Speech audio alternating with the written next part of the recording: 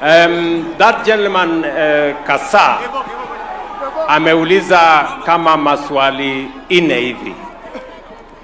Now, let me try and respond.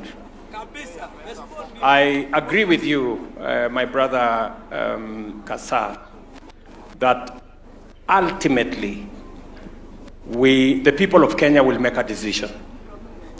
And the people of Kenya ultimately are the sovereign. They will make a decision on what kind of leaders they have based on whatever program those leaders have. Just I want to, the same way you have advised me, I want to tell you that as Kenyans, this is our country, and this country can be a wonderful place. I believe in Kenya. Kenya is a great country, the same way you believe in Kenya. You have said Kenya has a lot of resources, and I agree with you. It is our responsibility to make this country greater. But for us to do it, we must have a plan. And we must have an actionable plan. We have been talking in Kenya for years. Listen, housing program was in the NAC manifesto. It was never implemented. It was in the manifesto that followed. It was never implemented.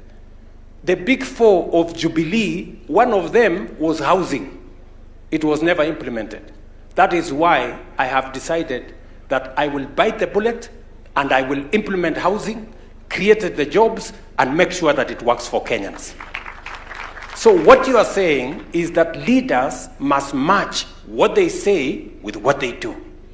And that is exactly what I want us to do. Let me give you another example.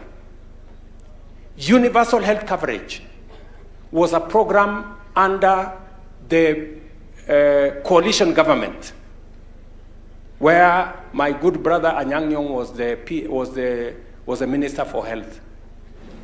It wasn't implemented.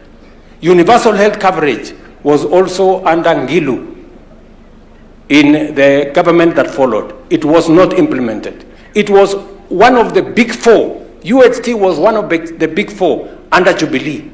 It was never implemented. That is why I decided this time round, it is not going to be talk. It is going to be action. Today, 25 million Kenyans are registered under universal health coverage. Today, I can confirm to you that UHC is being rolled out in every constituency, in every ward in the Republic of Kenya. Again, matching word with action. And that is why I agree with you that we must get everybody to match what they say with what they do. And that is how leaders will be judged. When the time comes, judge every leader on account of their performance. What have they done? What difference have they made in Kenya? Not what community they come from, not what religion they profess, not all the other considerations, because our destination is to transform Kenya and to change our country for the better. Let me just respond to you on one matter which you said. For how long are young people or Kenyans going to apply for grants from foreign governments and foreign organizations and foreign NGOs? I agree with you. And it is the reason why we are implementing Nyota. The 50,000 shillings we are going to give as a grant for every of the 100,000 young people.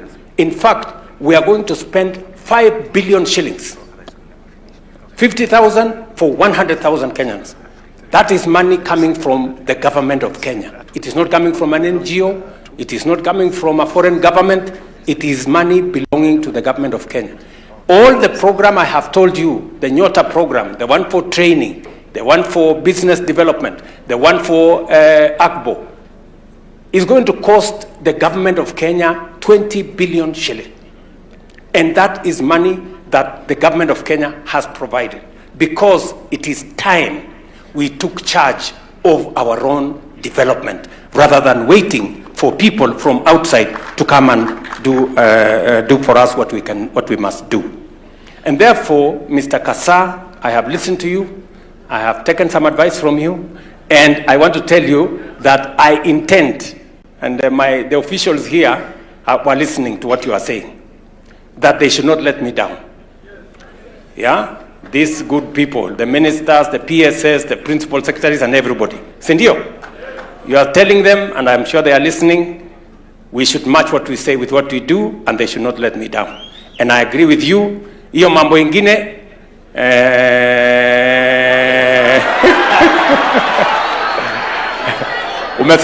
umesema umefikaje hapa na pikipiki, so unataka kurudi aje?